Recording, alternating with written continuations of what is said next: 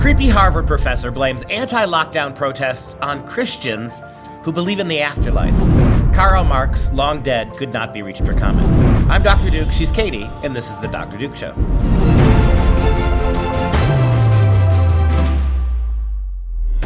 Hello, everyone, and welcome to The Dr. Duke Show, the only program that keeps you educated on the craziness impacting K-12 classrooms and college campuses around the world. Today, we're looking at a Harvard professor who blames delusional Christians for the COVID-19 anti-lockdown protests across the country. So let me give you this. This really started when Gary Abernathy wrote an op-ed in a major publication, and he wrote, I'll give you a little taste of this.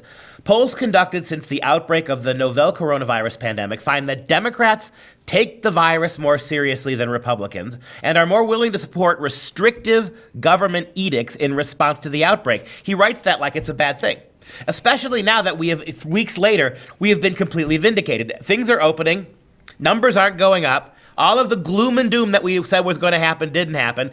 The mortality predictions are significantly lower than they thought, and yet these clowns are still writing this stuff, right? And it's a good thing to Gary Abernathy that Democrats are all about restrictions, all about taking it more seriously. Most of those pontificating from the left conclude that Republicans get bad information from President Trump, Sean Hannity, Rush, and to name a few, and therefore they're not as worried. So in other words, we Republicans, conservatives, who were right to underestimate the disease, to recognize that the lockdowns were doing more harm than good, to realize that the constant revolving gate of information, masks good, masks bad, masks goods, right? This drug, not this drug, endless. We knew that the so-called experts didn't know what they were talking about. But notice what Abernathy wants. He wants an absolute take it so serious, do whatever government says, give all your power to government. And then, and I'll let you cover this clown, even worse. Based on this Abernathy op-ed, we get a Harvard psychology professor with a track record of saying really stupid things, opening his mouth. Steven Pinker. What a name. It's like he was born to do this stupidity. So he is a Harvard University professor, and he, of course, took to the Twitter, and he tweeted out some comments, and he was referencing what Gary wrote in the Washington Post, and he's blaming evangelicals for the movement to a quick reopening. So basically what Pinker wrote was, belief in an afterlife is a malignant delusion since it devalues actual lives and discourages action that would make them longer, safer, and happier. Exhibit A. What's really behind Republicans wanting a swift reopening? Evangelicals. Yeah, and of course, I remind you again that the evangelicals were right. Yeah. So maybe they know a little bit. And I don't ever want you to forget, Mom and Dad at home, that what's behind all of these progressive initiatives is the need to destroy Christianity, right? Because Christianity is that one thing in our culture, our long 2,000-year cultural history in the West. Christianity is that one thing more than any other thing that emphasizes the individual. The value of the individual, the need for individual assertiveness, individual liberties, the rights of individuals to own guns, the rights of individuals to be able to speak their mind, not fearing censorship, and that drives these leftist maroons crazy. Literally, this is the first page of the Communist Manifesto, right, by Marx. Religion is a malignant lie. It's not just a lie. I mean, he's actually topping Marx. The most Marx said was, religion is a dream, it's a fairy tale. Along comes this Harvard professor and calls belief in the afterlife a absolute cancer, he calls it. And so, in other words, people who believe in an afterlife aren't taking as seriously the edicts of these Mandarin Brahmins, right, telling us how we should live our lives. How dare you not take Dr. Fauci seriously, despite the fact that he's been wrong repeatedly, and believe in your fairy tale spaghetti monster guy and this God in the sky. But the reality is, guys, we were right. So maybe that connection we have to the Almighty, maybe the malignancy is people like Pinker and people like Abernathy who want to blame evangelical Christians who believe in something other than materialistic realities, to blame them for every catastrophe that comes down the pike. Maybe in your malignancy, you guys should get a clue. Maybe turn back to God before it's too late. Let's see. Maybe you'll be once in a while if you do that. Yeah, You're right once in a while. I just want everyone to know, obviously, as you indicated there, Pinker's an atheist, of course, and is known for controversial statements and positions. And back in 2005, he actually told Time magazine that religion has given us stonings, inquisitions, and 9/11. Faith, he once said, is believing something without good reasons to do so. In 1997, he actually wrote an article for the New York Times Magazine arguing that the killing of a newborn baby is less controversial and should be judged less severely than the killing of an older child. Hey, Pinker. 150 years of godless socialism, Nazism, fascism, and communism have given us 2 world wars, have given us atomic bombs, have given us Zyklon B gas to gas the Jews more effectively. Better living through chemistry, right, Pinker? This is the kind of stuff, by all means, point out the devastation that has been wrought in the name of religion, and then you go ahead and defend for me the last 100 godless years where warfare, where terrorism, where so many aspects of destruction have been aided and abetted by science itself. It's funny, people like you are quick to blame religion when people do bad things in the name of religion. But when for 100 years now you've had absolute fascist lunatics doing horrible things in the name of science, things like eugenics, right? Things like Nazism, things like experimentations on minorities, gassing gays and lesbians along with Jews, all that's on your people. So you'll forgive me. I'll take my medieval Christianity with its stonings and inquisitions. I'll take that. You are on the hook for what, 150, 180 million dead in the name of your progressive causes? Way to go.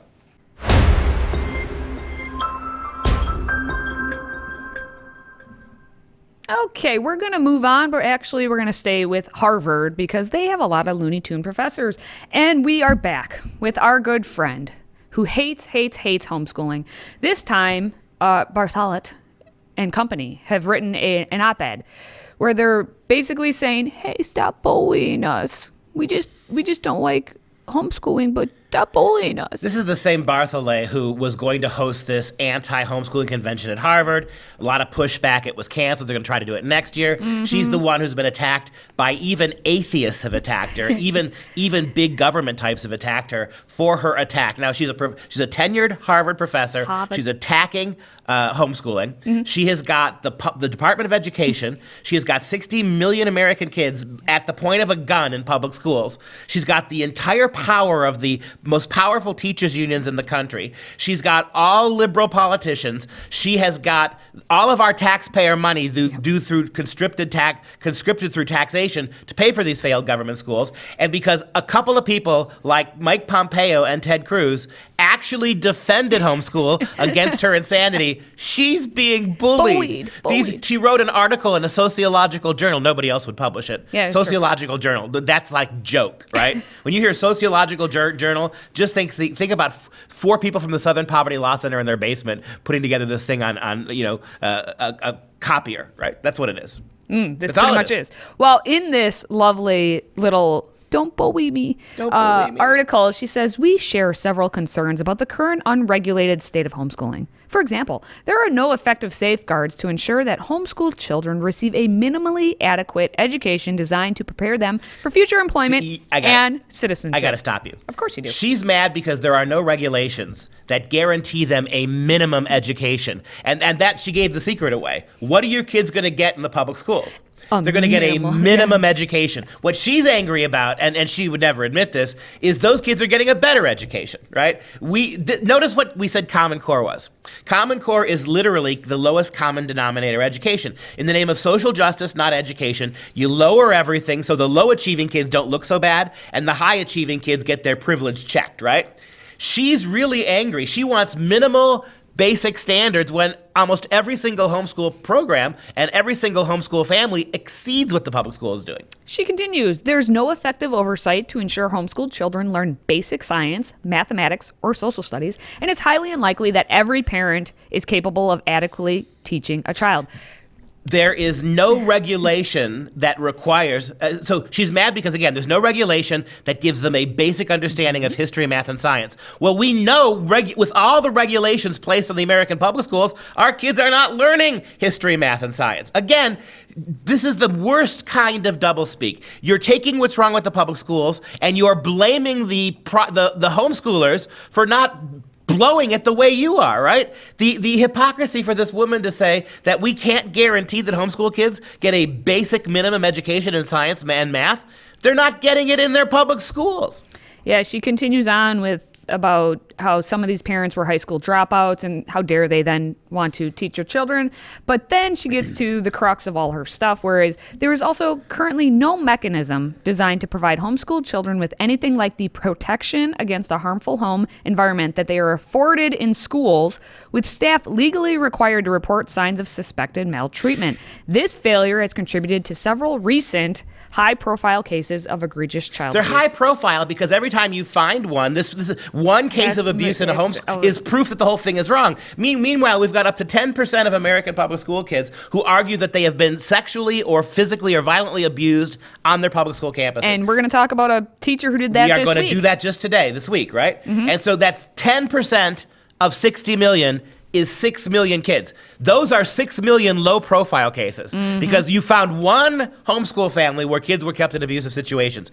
This is the worst kind. And look, if you're going to engage in this kind of bait and switch, if you're going to engage in this kind of fake scholarship, this anti-social kind of sociological discourse, don't turn around and act like you're bullies. When Ted Cruz and Mike Pompeo, among hundreds of other critics, pointed out to you that your evidence was shoddy and selective, that your attitude was crappy, that your proof texts are wrong, that the public schools do better, they do provide more, they go over and above. And your response to all of that is, stop bullying us. You go to your little sociological journal and beg not to be bullied. You are the bully, madam. Well, she says we are experiencing this bullying in real time.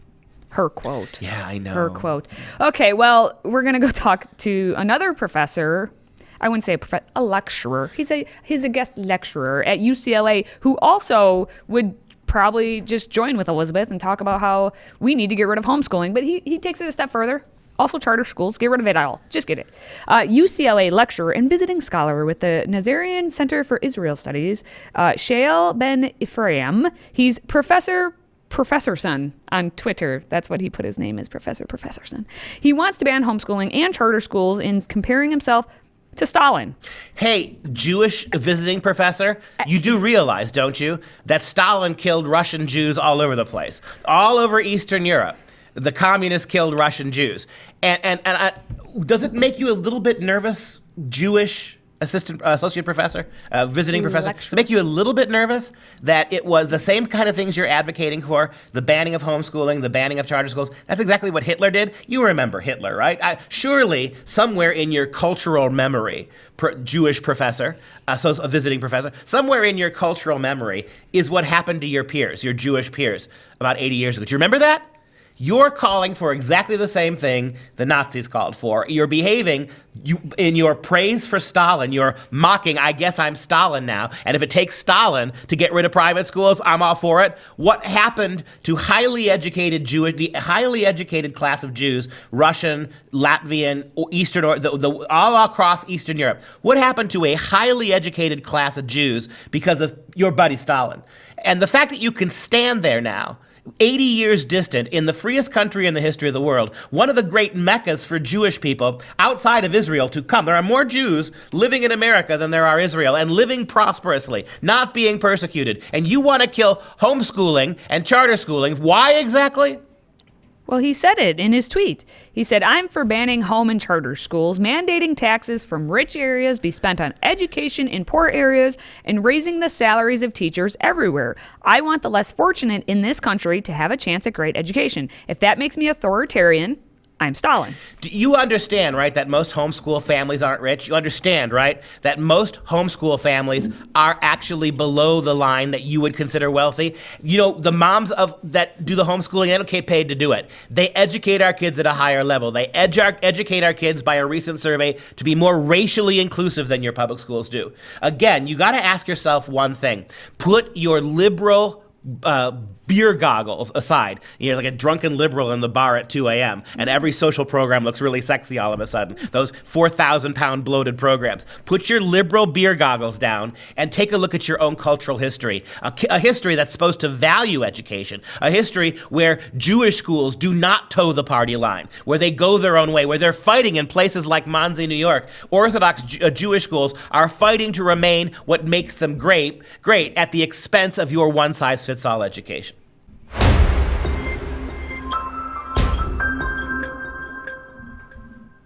Okay, we're going to go on to our next story, and we're going to go to Rutgers University, where Brittany Cooper, who is an associate professor of women's gender and sexuality studies, said that, Trump supporters, they're the ones to be blamed for the coronavirus deaths. As a Twitter warrior that she is, she says, I feel like most black people are clear that this utterly absurd to push to reopen the country is all about a gross necropolitical calculation that is black people who are dying disproportionately from COVID. Now, black people aren't dying disproportionately. That's the first thing we got to point out. Second thing we got to point out is nobody's dying disproportionately, right? You see what she's done here, right? If you want to open and let people go back to work, you are being biased against black people. And let's be clear who the bigoted one is. What is her assumption? If everybody goes back to work, who does that leave at home? She's gonna say you can say it. Black people, right? What is she assuming? She's assuming that black people like her, black people and black academics, she's assuming are the same. Neither one of them have any work to do.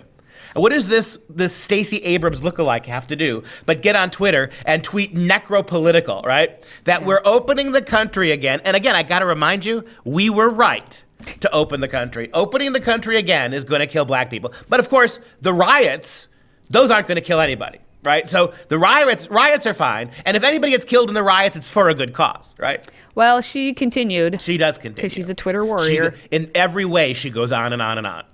Not only do white conservatives not care about black life, but my most cynical negative read of the white supremacists among them is that they welcome this massive winnowing of black folks in order to slow demographic shifts and shore up political power. I'm going to put my little tinfoil hat on her behalf because that's insane. A couple of years, just 2 years ago in New York City, there were more black babies aborted than born. So of all the conceived black babies in Manhattan a couple of years ago, more of them were aborted than were allowed to be born.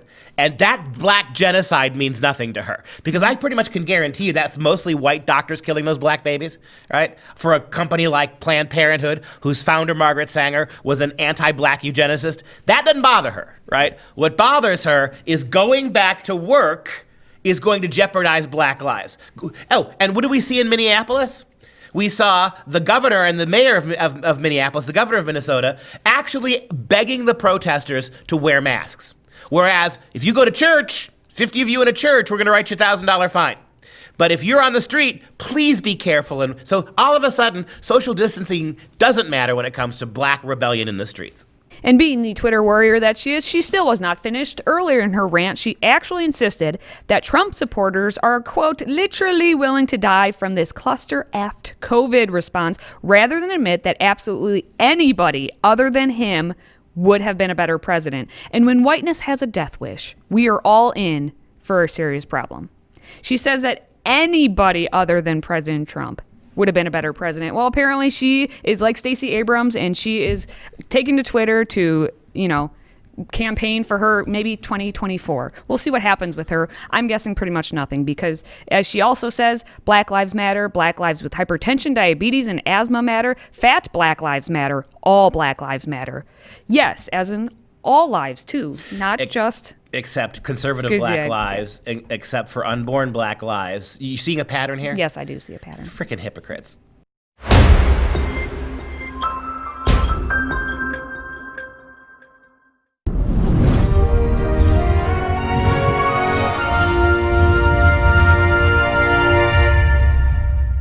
And now we have time for some real education. Rembrandt's curious and fascinating painting, Slaughtered Ox, also known as Flayed Ox of Carcass of Beef, is part of a tradition of artwork showing butchery. Other examples include Pieter Aertsen's A Meat Stall with the Holy Family Giving Alms from 1551 and Annibal Carracci's Butcher's Shop, 1583. The painting, dated 1655, shows the butchered carcass of a bull or an ox hanging in a wooden building, possibly a stable. The painting was sold to the Louvre in 1857 for 5,000 francs. This painting really is fascinating and curious. Take a look at it. It's a very vivid, very graphic, very anatomically correct portrayal of a basically a beast carcass, an ox carcass. The head's been removed, the legs and the forelegs have been chopped off, and there you have the body exposed. The blood has been drained, the vital organs have been removed. You can barely see to the very back right a woman's face peeking through a doorway at the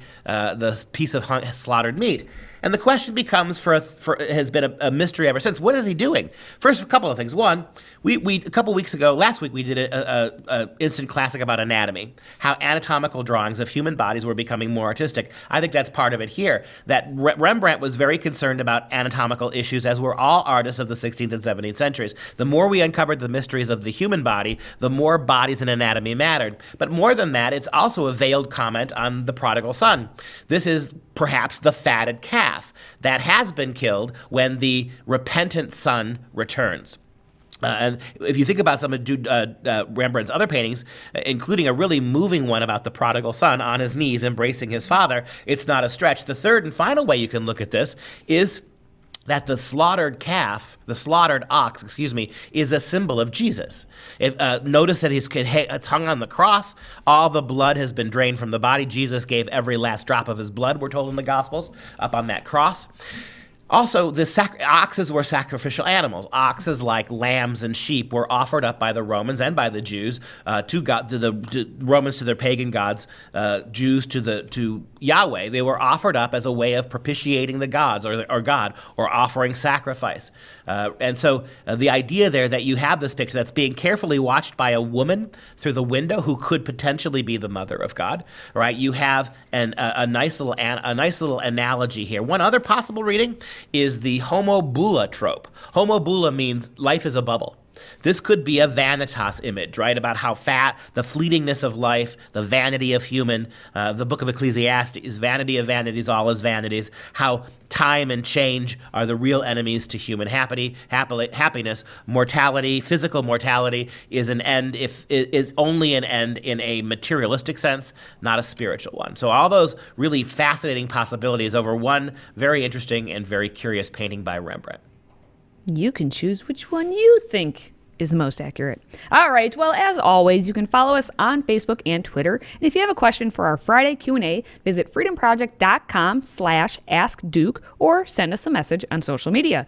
And as a reminder, Freedom Project Academy's live online school is enrolling new students for the upcoming school year. Request your free packet at freedomforschool.com. That's freedomforschool.com.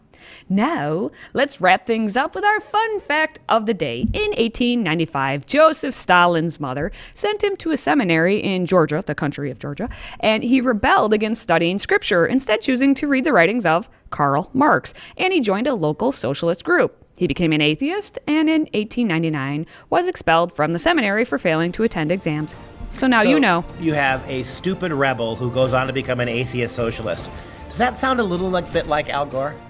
Went to college in a seminary, right? Was going to be a priest, failed at that, became the priest of global warming. Interesting parallel. And that's our show for today. For Freedom Project, I'm Dr. Duke. She's Katie. Till next time, stay educated, my friends.